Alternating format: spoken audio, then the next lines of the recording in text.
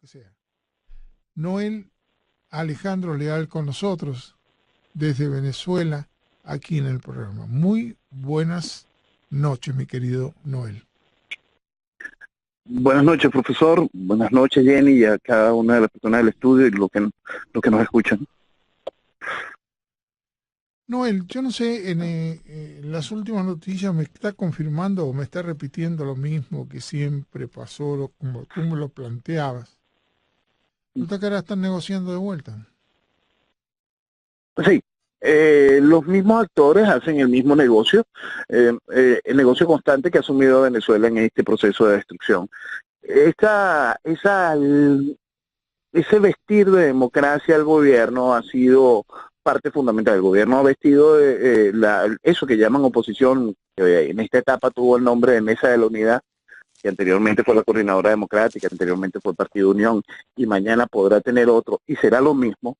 Lo único que va buscando es vestir de democracia a la destrucción del país, y ese esquema el gobierno busca todo el tiempo cómo ir vistiendo de oposición a esos socios, ¿no? E ir generando su propia oposición hasta que no sea necesaria, hasta que la oposición sea dentro del esquema de partido único, donde la oposición sea astillas del mismo palo del chavismo. Hacia allá van, ¿no? Poco a poco, debido al avance natural de destrucción del fenómeno revolucionario, van acabando con cualquier oportunidad de liderazgo alterno a lo que no sea chavismo. Y entonces, contando con una oposición que ha salido en defensa del legado criminal de Hugo Chávez, contando con una oposición que comulga ideológicamente junto con ellos, contando con una oposición que ha revestido de democracia y legitimidad cada uno de los aparatos criminales del gobierno, le va bien, pues, le va bien al gobierno, le va bien al régimen socialista en el que estamos. Tanto gobierno como oposición han hecho posible estos 20 años de destrucción. Y es muy importante colocar eso, siempre enfatizarlo, son 20 años. Aquí no estamos viviendo algo que sea nuevo.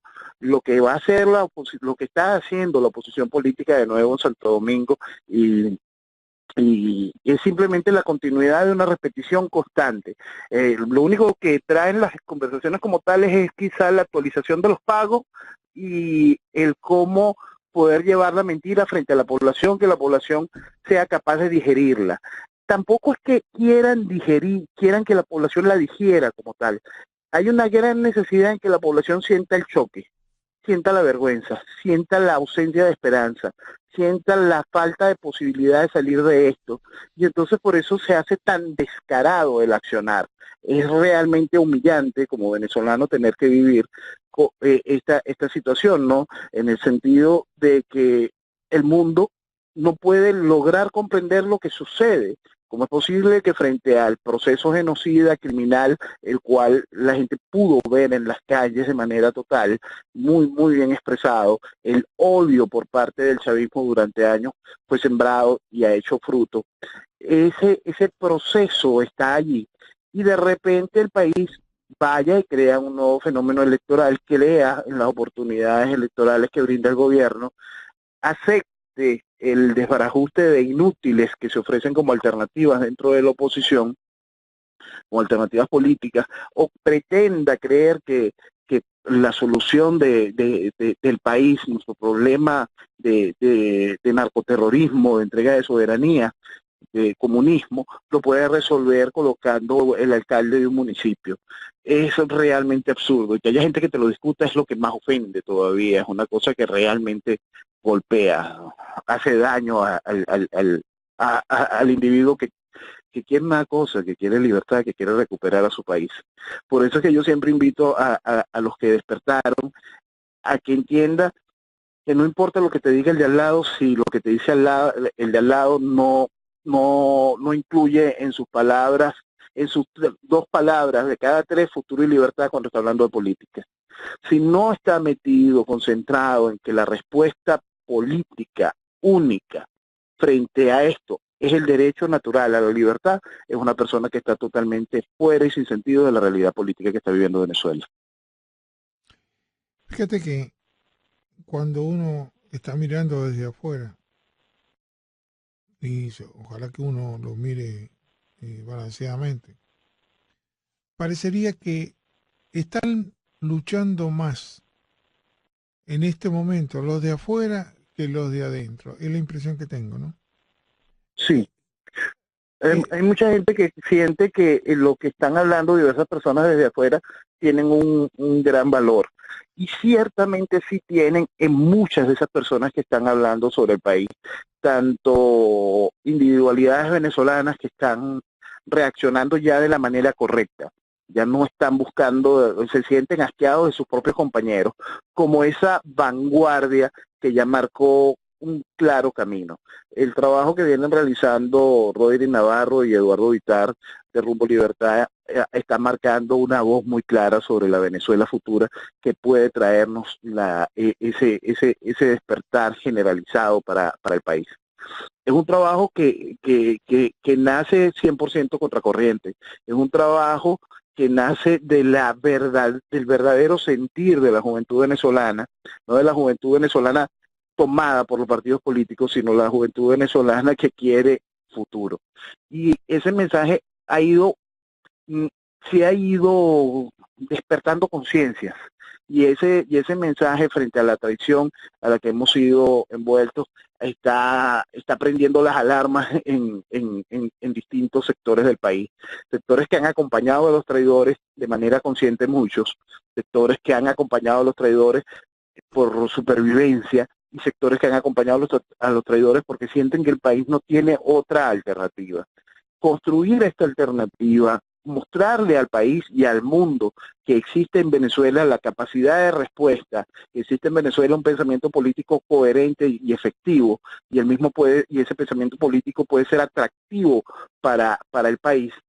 Por fin esa luz tiene cada vez más fuerza gracias a esta bandera que están levantando estos jóvenes. Fíjate que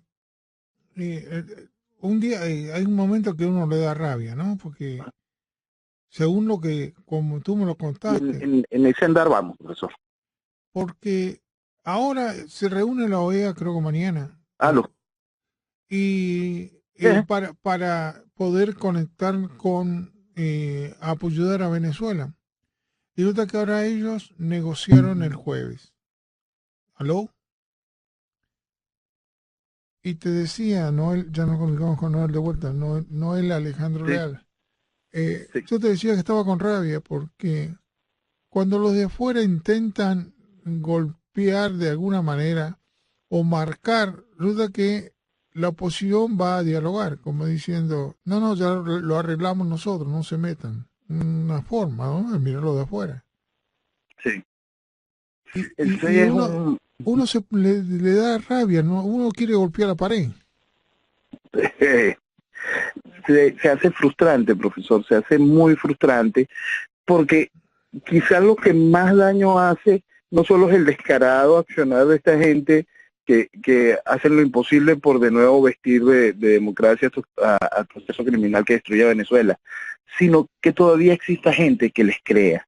Y es quizás lo que nos resulta siempre más difícil, ¿no? Y es lo que durante todos estos años va agotando a muchos venezolanos que decidieron escapar del país, no ni siquiera por el accionar criminal del gobierno, no por el proceso de destrucción que vive la nación, sino porque no encuentran en sus compatriotas ese despertar.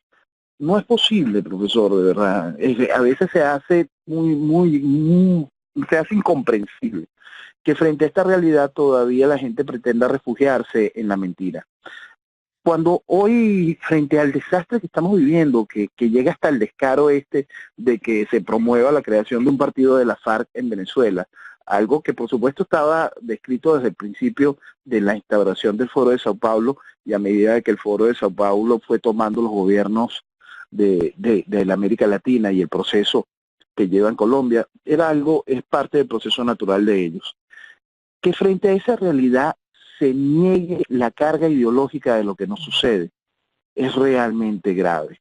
Y que el país aplauda y acompañe a alguien que te dice la pelea no es ideológica, es realmente grave, porque es decir, es insultar la inteligencia de cualquiera que medio despertó y que está entendiendo lo que está sucediendo. Es una cosa realmente salvaje. Cuando usted escucha a un personaje como Nicolás Maduro celebrar los 100 años de la Revolución Soviética y las palabras que expresó y esa toma de la bandera de ese proceso que esclavizó a esa población durante casi un siglo, ¿cómo es posible que exista alguien que niegue esa realidad? Realidad que se ha venido pregonando y que se ha identificado desde el principio. Realidad que no ha sido oculta en ningún momento, realidad de la cual se sienten orgullosos en el gobierno.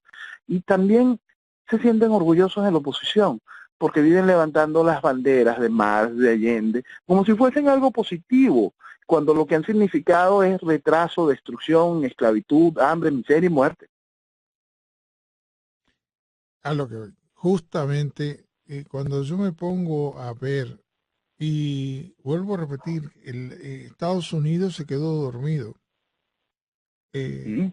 por razones económicas, por supuesto, y que cuando se dan cuenta que estos no respetan a nadie, paulatinamente pasó como Fidel, que después se quedó con todo, Uh-huh.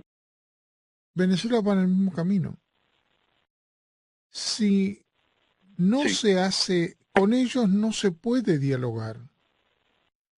Los comunistas y los narcotraficantes, fíjate que los propios narcotraficantes suponían que iban a darle dinero a Maduro para salir de lo que él dice este conflicto económico que hay en este momento, Uh-huh. y los que le iban a dar el dinero son las FARC, los narcotraficantes, o como tú dices, del Círculo de San Pablo, la misma cosa. Uh-huh. ¿Y dónde están la gente pensante? ¿Están tomando un whisky sentados? Eh, ¿Piensan que en algún momento el pueblo venezolano, en las condiciones que está, se va a levantar de vuelta? O tiene que sufrir hasta morir muchos más, o morir por no atención médica, o morir por falta de comida, que los pobres, ¿qué pobres? Estamos hablando de la madre, el padre de cualquiera, no pueda ir a comprar las cosas porque comprar las cosas no tiene ni... Yo no sé cuánto saldrá el ónibus, el colectivo, la guagua, no sé cómo se dice en Venezuela, pero y ir a esperar a que cobrar el salario de la jubilación, que debe ser una miseria en este momento, no sé ni para qué le alcanzará, supongo yo. Es, es vergonzoso, profesor. Vamos a resumirle el salario de un jubilado. Un jubilado, su ingreso, de acuerdo al gobierno, vamos a aprovechar esta gracia del nuevo billete que salió. Salió un nuevo billete de 100.000 bolívares. Debemos recordar que Venezuela vivió un proceso de reconversión monetaria hace unos 8 años. Nosotros le quitamos 3 ceros al bolívar anterior y el chavismo generó un proceso que llamó el bolívar fuerte, una reconversión de nuestra moneda en la cual le habíamos quitado 3 ceros. Hoy estamos justo en ese momento de nuevo. Ya es necesario quitar los 3 ceros para poder manejar la realidad económica de la gente. La gente ya en ningún momento se refiere, ya te están diciendo en un supermercado, son militantes cuando la compra superior el millón de bolívares. Porque ya la gente automáticamente le quitó los últimos 3 ceros, ya esa moneda no tiene ningún tipo de valor. El gobierno, para no hacer sentir a la población la salvajada de que se vean en números los 100.000 bolívares, escrito con su enorme cantidad de ceros, el billete lo sacan colocando 100 y la palabra 1000. Para intentar suavizar la desgracia que está viviendo el país. Ahora vamos a esto. Un pensionado va a recibir menos de esos 2 billetes. Menos. Tan solo podrá recibir es un billete de 100 y un poquitico los otros billetes. Un billete de 100.000 hoy alcanza para que ese pensionado compre un pollo y algún sazonador de comida. Eso será esta semana, porque la semana que viene alcanzará para ese sazonador de comida sin el pollo. Ayer una persona tuvo la gracia de subir a internet el precio de en cuánto se cotizaba el dólar hacía un año exacto y en cuánto se cotiza hoy. Hace un año exacto el dólar estaba en 1.000, el bolívar, pues la relación bolívar-dólar, le salía al venezolano la oportunidad de poderse refugiar en esa moneda en 1.883 bolívares frente al dólar. Hace un año, profesor, 365 días. Hoy, si el venezolano quisiera poder conseguir un dólar dentro de el fenómeno del bloqueo económico que vive Venezuela, autoimpuesto, el venezolano tendría que rogar 52.128 bolívares. De 1.883 a 52.128 bolívares en un año. Se supone que la inflación, y no me equivocaba, yo la otra vez tenía un poquito de interesero en decírtelo, pero se supone que iba a estar en el año que viene entre el 2.350. No, va a ser bastante superior. Va a ser bastante superior, profesor. Bastante superior. Nosotros ya este mes pasamos lo que ningún libro de economía puede negar, ya nosotros pasamos el 50% de inflación mensual, lo cual en todo contexto significa hiperinflación. Ya nosotros en noviembre va a cerrar por encima del 50% y por supuesto diciembre podemos hablar con total tranquilidad de que cerrará sobre el 75%, cuidados y un poco más. Eso cuando lo acumulamos en el año, para la proyección del año que viene, es algo que realmente es temible. Y como le decía yo la semana pasada, es algo que no podemos evitar. Lo que podemos hacer es efectuar de hoy los correctivos para que ese desangrado que va a significar un proceso inflacionario superior al 2.000% el año que viene, deje por lo menos la esperanza de la construcción de un país, de la reconstrucción de un país. Que ese fenómeno inflacionario salvaje vea luz mañana con grúas de construcción, de desarrollo, de estabilidad, de proceso de construcción de un país. Si no, el proceso inflacionario va a ser aún más salvaje. Lo que nosotros hemos visto en numeritos de Haití con respecto a esos billetes del trillón de dólares, del trillón de dólares de Zimbabue, perdón, para nosotros se nos va a quedar corto. Va a ser una cosa va a ser un reflejo que Latinoamérica ni siquiera va a poder comprender. La hiperinflación vivida en los países latinoamericanos va a ser cosa de cuento de niños comparado con la salvajada que le van a imponer a Venezuela. Bueno, fíjate que yo me acordaba en Argentina que cada viernes había que cambiar el dinero porque aumentaba la tasa de beneficios que te daban la gente, ¿no? Entonces todos los viernes se daba una nueva figura, entonces tú sacabas el dinero del banco a 7 días e ibas al quien más te daba después en la otra semana. Y toda la semana tenías que ir cambiando de banco en banco para poder, dada la inflación, a mí me tocó vivir la inflación esa, y la gente compraba un apartamento o vendía su apartamento y cuando tenía que esperar 2 o 3 meses ya le quedaba el 50%. Ya no podía comprar otro más. Aquí estamos ya en esos niveles y no se ha decretado formalmente el proceso de hiperinflación que lo vamos a vivir de una manera muy salvaje, profesor. Es una cosa realmente impresionante. En la comida se está sintiendo ese golpe cada vez más fuerte. Y si eso se siente en la comida, imagínese cuando estamos hablando de un bien inmueble o un vehículo. Por eso te digo de alguna manera ¿cómo podemos, a ver, cómo te lo podrían decir, mi querido amigo? Hay veces cuando las cosas son tan graves, tan grandes, los demás no lo creen. Cuando tú te pones a hablar estas tragedias, como le tocó vivir a mí en particular, los demás ciudadanos de alrededor, aquellos que no les interesa, o sea, ya se fue muy arriba, o sea, yo supongo que al nicaragüense, al colombiano. Lo único que le está interesando en estos momentos es que no sé cómo van a hacer para socorrer a tantos venezolanos que se van del país. Eso sí, porque de alguna manera hay que ir a socorrerlos o atenderlos médicamente o habrá que hacer alguna cosa para que se integren a la sociedad colombiana, ¿no? O de otros países. O de tantos países, porque hemos ido, este éxodo forzado al que nos ha obligado el socialismo ha hecho que el venezolano vaya entrando en cualquier tipo de frontera, donde consigues.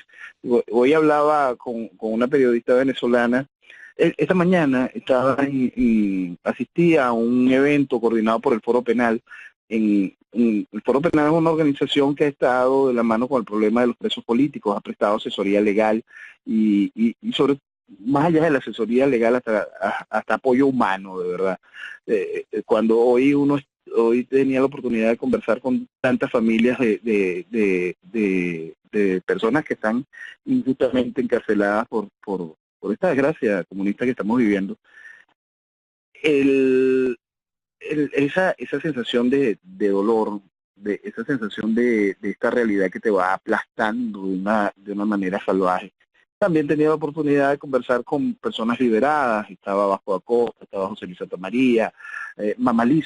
Mamalí es un caso extraordinario. Esto es una mujer que fue presa y estuvo una serie de meses encarcelada por ayudar a los presos políticos.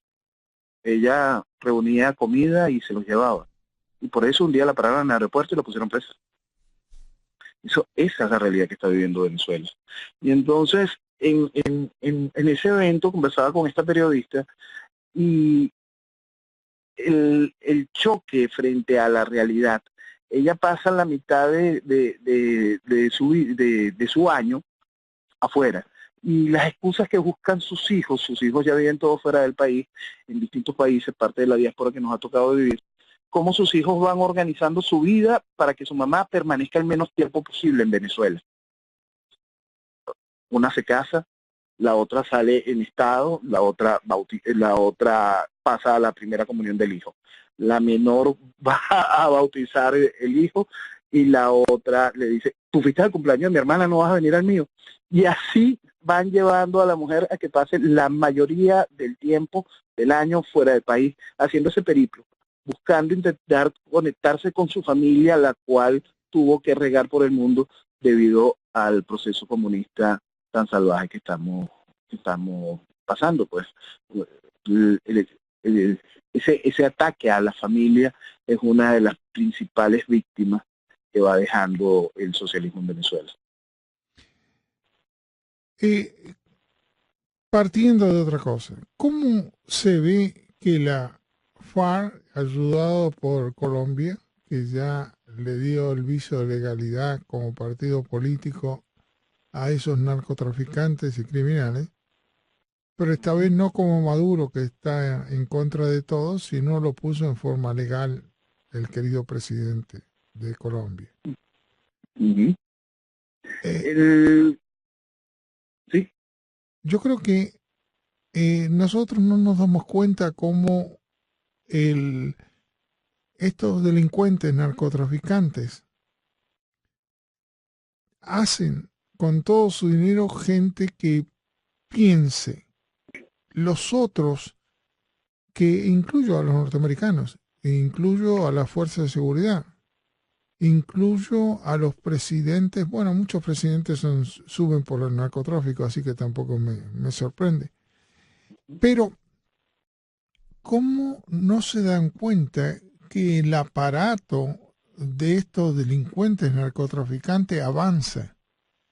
Y lo que llamaríamos el control policial o el control de la gente que sería el hombre común, no le van dando ningún chance, porque donde entran ellos aparece la venta de droga, aparecen los delincuentes, las fuerzas de seguridad se venden, y en particular en Latinoamérica, porque en México la policía se vendió, los gobernadores se vendieron, el presidente fue subido por la droga, y te dan una imagen como que ellos no, que ellos son, que están en contra de la droga y nos piden dinero a nosotros para ayudarnos en contra de la droga. Por eso te digo que no estamos ante un clima tan extraño, porque la FARC ya apoyado por Colombia vaya a formar un partido político en otro lugar. Sí. Eso no... Pero que ese crimen no es nuevo, profesor. En el momento en que el comunismo se hizo legal en el mundo y fueron fundando partidos comunistas en el mundo, perdone si y le puede molestar a un gentío, a mucha gente lo que yo voy a decir. Por favor, esa ideología es criminal. Mata, destruye países, esclaviza, mata. Es tan criminal como el narcotráfico. Lo que pasa es que aquella no tiene componente químico quizá, pero sí activa una deformación ideológica en el pensamiento de la gente y se pierde entre la realidad. Casi que lo mismo, pero ayudado de manera química en el caso del narcotráfico. Casi que en el caso del narcotráfico dejando una ganancia más sucia y la otra elegantemente política. Pero el daño que hace el comunismo puede ser perfectamente homologable. Y cuando encontramos ese proceso del Foro de Sao Paulo, donde esa herramienta, el socialismo, esa pistola criminal, está manejada por los criminales narcotraficantes, logramos este efecto tan salvaje, donde nuestros países están siendo manejados por carteles de narcotráfico, en muchos casos desde las sombras, o formalmente como lo que estábamos viviendo en Venezuela y mañana, más claro, en Colombia, con el proceso de la FARC. Nosotros en Venezuela, cuando vivimos el proceso de la pacificación de la guerrilla y se le dio estatus político a los que estaban haciendo sangrar la naciente democracia en Venezuela en los 60 y 70, y se les dio ese estatus político que nos trajo hoy acá, porque se sembró un gen realmente peligroso que hoy es el que está destruyendo el país. En Colombia ese gen cuenta con el financiamiento propio del narcotráfico. Y a mí me da mucha risa no, y dolor, ¿no? Y lo que pasa es que quizás la risa es por un sentimiento cínico frente a lo que vivimos, ¿no? Ver en mi país personas que aplaudieron a los comunistas que sembraron este país con sangre y los aplaudieron políticamente y aún los aplauden como dignos representantes de la oposición, censurando a Timochenko, cuando levantaron exactamente las mismas banderas políticas, el mismo pensamiento político, solo que aquel criminal sí usa las drogas y por eso va a ser mucho más efectivo el tiempo para poder llegar al poder. Estos van a llegar, los de aquí se tardaron más porque no tenían esa maquinita de financiamiento, pero el daño es el mismo. Fíjate que yo me pongo a pensar cómo el socialismo, y entonces ellos no les importa, porque realmente ellos usan la gorra del socialismo y la gorra del comunismo, que está un poquito desgastada, sino del socialismo, para el pueblo. Y a lo que más miserable lo tienen como en Venezuela es el pueblo. Pero lo dicen de una manera, son tan descarados, que los otros que supuestamente no serían descarados, o mejor dicho, son descarados ocultos, yo me pregunto, ¿dónde están los hombres pensantes, no? ¿Dónde Los están? hombres pensantes, usted sabe que Venezuela, lástima, ahorita no recuerdo el nombre, un pensador venezolano que hace mucho tiempo dio la clave, que es parte de la culpa del venezolano promedio. Nosotros tenemos un mar de ilustres nulidades, una gran cantidad de gente que consideramos con un gran valor que simplemente son inútiles. Y ese mar de inútiles ha venido gobernando Venezuela, siendo la carga de la influencia política y social de Venezuela durante años, ¿no? Muchos de esos se arrastraron ante Fidel Castro en el 89, muchos de esos han sido parte de los topen del pensamiento político actual venezolano, y no son más que eso, un mar de ilustres nulidades, gente conocida y respetada, cuando toda su vida han dedicado su pensamiento a cultivar la estupidez. Ahora, son aplaudidos, es una cosa impresionante. yo te diría, por eso hay que hablar, como tú bien tú siempre dijiste, claro. Estamos hablando de que los políticos tradicionales se venden cuando se le pone $1.000.000 en la mano. Ujú. Ahí no hay socialismo ni comunismo, los tipos se venden o se rentan. Claro, claro. Ahí no tienes, ¿por qué te diría esto? Porque el hombre común de estos días, para no decirte 4 o 5 que había ido a 2 o 3 lados, y yo los dejo, los escucho, ¿no? Que están viviendo acá en Miami. Ujú. Y cuando le pregunto, ¿y tú? Bueno, yo me estoy tomando algo porque no puedo enfrentar la realidad y entonces toma droga, toma bebida. A mí me pones 2 cervezas y ya me pongo muy bueno. O escuchar al otro, bueno, yo le daba a la chica ya cuando fui al bar ese y yo le daba $2 de más hasta que la chica me dijo, no, quédate con la botella de whisky. Ujú. Ese tipo de gente es el que va a aceptar no 1.000.000, va a aceptar $10.000, $5.000, $4.000, llevar la droga de acá para allá y la llevan. Y esa Claro, y es ahí en gente, donde, es mucha gente que está llegando con esa mentalidad. claro, y es allí donde viene el proceso político que puede parar o estimular ese asunto. Cuando nosotros vamos destruyendo la poca institucionalidad o institucionalidad real que va existiendo en nuestros países, se cuela lo que no sirve. Si vamos aplaudiendo, tolerando lo que está mal, simplemente se va perdiendo cualquier capacidad de reacción oportuna frente al desastre. Nosotros fuimos en este proceso en Venezuela, hemos sido quizá uno de los más importantes ejemplos en el mundo de nuestra debilidad institucional, ¿no? Y esa debilidad institucional se vio realmente afincada. Quiero colocarle este capítulo, este pequeño símil para poder entender esa realidad de la destrucción del proceso. Cuando nosotros nos encontrábamos en el año de 1990, aquí se podía hacer una encuesta sobre credibilidad institucional, ¿no? Y entonces encontrábamos que la cúpula empresarial del país, que está agrupada en una organización que se llama Fede Cámara, que muchas veces se merece el, el mote de Fede Ñángara, porque en realidad pensamiento para el desarrollo empresarial del país está bastante lejos, sobre todo en sus últimos presidentes. Es una cosa que realmente asusta. Pero en aquel tiempo, esa organización contaba con un 75% de aprobación de la población. Y entonces seguías buscando y te encontrabas a la Iglesia Católica Venezolana con una aprobación hasta del 95% de la población. Y usted se va a impresionar, profesor, porque el tótem, el que no se movía de la más alta aprobación, era nuestra Fuerza Armada. La Fuerza Armada venezolana, el ejército venezolano contaba con un constante 90 y tanto por ciento de aprobación.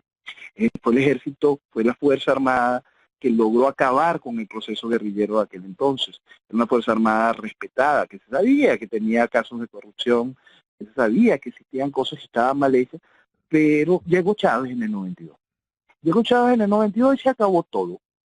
Y hoy, si usted hace una encuesta con respecto a la valoración institucional, va a encontrar en números negativos casi que los 3 elementos que les estoy comentando. Pues la iglesia venezolana también está bastante desprestigiada, no llega a los niveles de desprestigio que Chávez llevó al ejército y que Fede Cámara se lo ha ganado, lo han hecho con pulso, de verdad, destruir a su imagen, ¿no? Pero nuestra Fuerza Armada que alcanzó esos niveles de aprobación está casi en números negativos, pues, por supuesto, porque no han hecho ni lo que por lógica debieron haber hecho, ni lo que su juramento los obliga a haber hecho. Pero por eso Entonces, digo, no hay armas, no hay no hay armas, mentes inteligentes. El y problema ay, tenemos, es una cosa adolecemos, que ¿verdad? adolecemos de ese tipo de gente. No, sí hay, profesor, que eso es lo que es tan difícil podérselo explicar, profesor, porque Bueno, no va se más allá. ven. Usted, esa oportunidad que ustedes me brindan de poder compartir toda la semana y poder narrarle la realidad venezolana de lo que se vive, es una cosa difícil que en el sentido de que muchos de los venezolanos que sí tienen esa capacidad que sí tienen la oportunidad de pensar con una visión de futuro, de desarrollo. Es tan difícil muchas veces poder discutirlo contra los propios compañeros, contra los venezolanos. Yo siempre le insisto al país, yo quiero salir del chavismo, pero la oposición no me deja. Ayer un amigo mío me dice, yo quiero salir de la oposición, pero la disidencia no me deja. Él parafrasea mi frase para intentar explicar él cómo nos estamos haciendo daño dentro de la misma disidencia que tiene que acabar con la oposición. Hay un problema de país que hace que el que quiere responder por el país se canse. Hay una gran cantidad de gente que puede estar escaldada por las traiciones o simplemente nunca va a tener coherencia política, pero han ganado algo de voz y que van minando, acabando con las posibilidades de una respuesta clara, específica y oportuna frente a la realidad. Y entonces mucha gente que tiene esa capacidad, esa idea de futuro, se ve apabullada y no, como no es una persona que tenga la raíz, ese gen político que necesitas para aguantar, o el cuero para aguantar las estupideces de los demás, y que simplemente no te haga daño el barbarismo político, el cual es tradicional en Venezuela. Yo hace que la gente que tiene esa capacidad simplemente abandone la pelea. Pelea porque no puedo con la cantidad de gente que entender que se niega a dar un espacio a algo, a una alternativa a lo que estamos viviendo, o que creen que cualquier alternativa simplemente es destrucción de lo que está. La realidad venezolana es muy clara en este sentido, profesor. Y es quizá algo que nos tiene que ayudar a identificar bien el problema. El asunto de Venezuela no es nuevo. Y esto, quiero compartir estas palabras con los venezolanos y todo el mundo para que entiendan nuestra realidad y que pueda calar el mensaje. Lo que nosotros estamos viviendo no es nuevo. Aquí no existe democracia desde que se abolió en 1999 con la Constituyente de 1999. No se juzgue usted, el venezolano promedio, no se puede juzgar como juzga a la dirigencia. No crea que esa dirigencia que hoy de repente se dice, uy, mis compañeros estaban siendo colaboracionistas, uy, aquí hay tiranía. No crea que no sabían la realidad. La sabían y fueron cómplices de ella. Tuvieron acceso a la información. Sabían que el voto era fraudulento. Están conscientes de que es imposible ningún tipo de acción electoral en este país porque el sistema electoral está absolutamente podrido. Cada vez que hablan de colocar nuevos rectores del CNE y le dicen al país que eso es parte de la solución del problema, están mintiendo de manera descarada porque están conscientes de que con eso no se hace absolutamente nada. Lo que Venezuela está viviendo no es nuevo. Son 20 años de un proceso de destrucción que desde el inicio acabó con cualquier posibilidad de respuesta democrática para poner fin a esta desgracia. La única respuesta desde el inicio de este zaperoco ha sido el ejercer el derecho natural a la libertad, poner una sola meta, futuro. Y para poder tener futuro nosotros tenemos que deslastrarnos de todo esto. Ahorita cuando estábamos viendo el proceso colombiano y el proceso venezolano, es realmente impresionante, profesor, porque aquí dejamos que el comunismo llegara al poder, que el proceso socialista tomara y llegara al poder para que el narcoestado hiciese lo que está haciendo, para convertir a Venezuela en un narcoestado. En Colombia, el narcotráfico está llevando a Colombia hacia el comunismo a alta velocidad. Es un solo eje impresionante, profesor. Por eso yo siempre insisto desde hace mucho tiempo que el narcotráfico y el neocomunismo van de la mano. Y ese proceso, puesto de un lado o puesto del otro, va con un solo fin. Va derribando la institucionalidad, acabando con la posibilidad de que el individuo se encuentre consigo mismo, matando la esperanza de libertad. Esa combinación mortal que ha encontrado el narcotráfico y el comunismo, esa hermandad que tuvo en Latinoamérica el ejemplo del Foro de Sao Paulo, está acabando con las sociedades, y por eso es que hay que hacer mucho énfasis en la identificación de esa pistola criminal que es el socialismo, que en nuestro país es usada por gobierno y por oposición. Fíjate qué interesante, ¿no? Uno empieza, interesante no porque es interesante. Algunas veces uno dice, como bien decía, la impotencia. que se triunfen los que están destruyendo, matando gente y están envenenando a los hijos de los que están en los distintos países, inclusivamente en Estados Unidos. Vienen estos narcotraficantes tomando el control en México completo y ahora entraron en 13 estados de los Estados Unidos, están la droga mexicana. Ujú. ¿Y qué hace el gobierno norteamericano? ¿Qué hacen las fuerzas que están combatiendo y que le estamos dando dinero a México para que defienda el narcotráfico? ¿O estamos en convenio con Cuba cuando Cuba es el que Fidel repartía la droga para que entre en los Estados Unidos? Ahora, Ya es que durante años se vistió eso, es que nosotros, el mundo ha sido tan hipócrita, profesor, que hoy cuando reza se hace claro en documentos y en confesiones que uno de los mensajeros en el negocio del narcotráfico en el mundo era Gabriel García Márquez, y el mundo inmediatamente hace lo posible por callar esas confesiones. Ese grado de hipocresía nos trajo aquí, ese grado de tolerar lo que está mal nos trajo aquí. Pero lo peor es que esas confesiones y eso, la gente lo toma como por sorpresa. ¿Y dónde está la sorpresa? ¿Dónde está la sorpresa frente a la realidad que se vivía en aquellos tiempos? ¿Cómo es posible que el gran Nobel de la literatura se arrastrara ante Fidel y viviera haciendo la carta, lavándole la cara a semejante genocida criminal durante tantos años? Entonces, ¿cómo la gente se sorprende frente a eso? Lo mismo sucede en los Estados Unidos con la penetración del narcotráfico. Cuando se ha tolerado lo que está mal y después la sorpresa frente a la reacción del que despierta. Cuando el que despierta desea poner orden, como lo busca hacer Trump en su formato, la gente se asusta. La gente se asusta. Mañana, cuando Venezuela tenga que ser reconstruida, tendrá que pasar por un proceso de orden real, por un proceso de mano dura real. Y el que crea que no es así simplemente es un imbécil. El que crea que Venezuela va a poder retomar el camino democrático por arte de magia después de que salga la tiranía comunista es un imbécil. El que no entiende la realidad política que está viviendo el país, la cantidad de miles de millones de dólares que están a disposición de estos criminales después de que abandonen el poder para hacer ingobernable la nación, es una cosa realmente salvaje. Y si no se entiende que como eso fue tolerado, como eso fue aplaudido, como eso fue hasta bendecido, eso nos va a costar al país más sangre, más sudor y más lágrimas.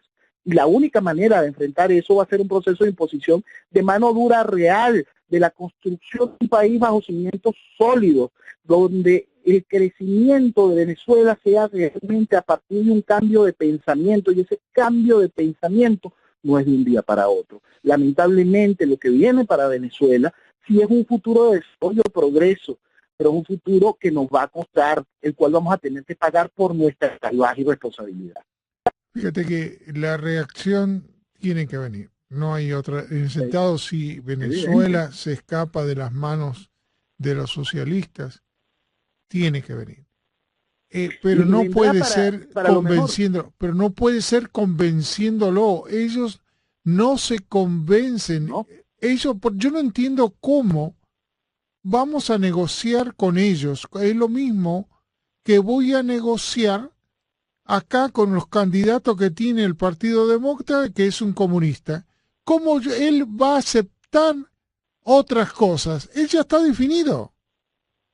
No van a aceptar absolutamente nada, y menos puedes aceptarlo cuando eres el dueño del poder, porque ustedes pueden vivir un proceso donde, como existe un proceso institucional, el poder no lo logran arrebatar de la manera, sino que van erosionando y erosionando y Y erosionando, después tú y no van puedes entrando en el reaccionar. juego.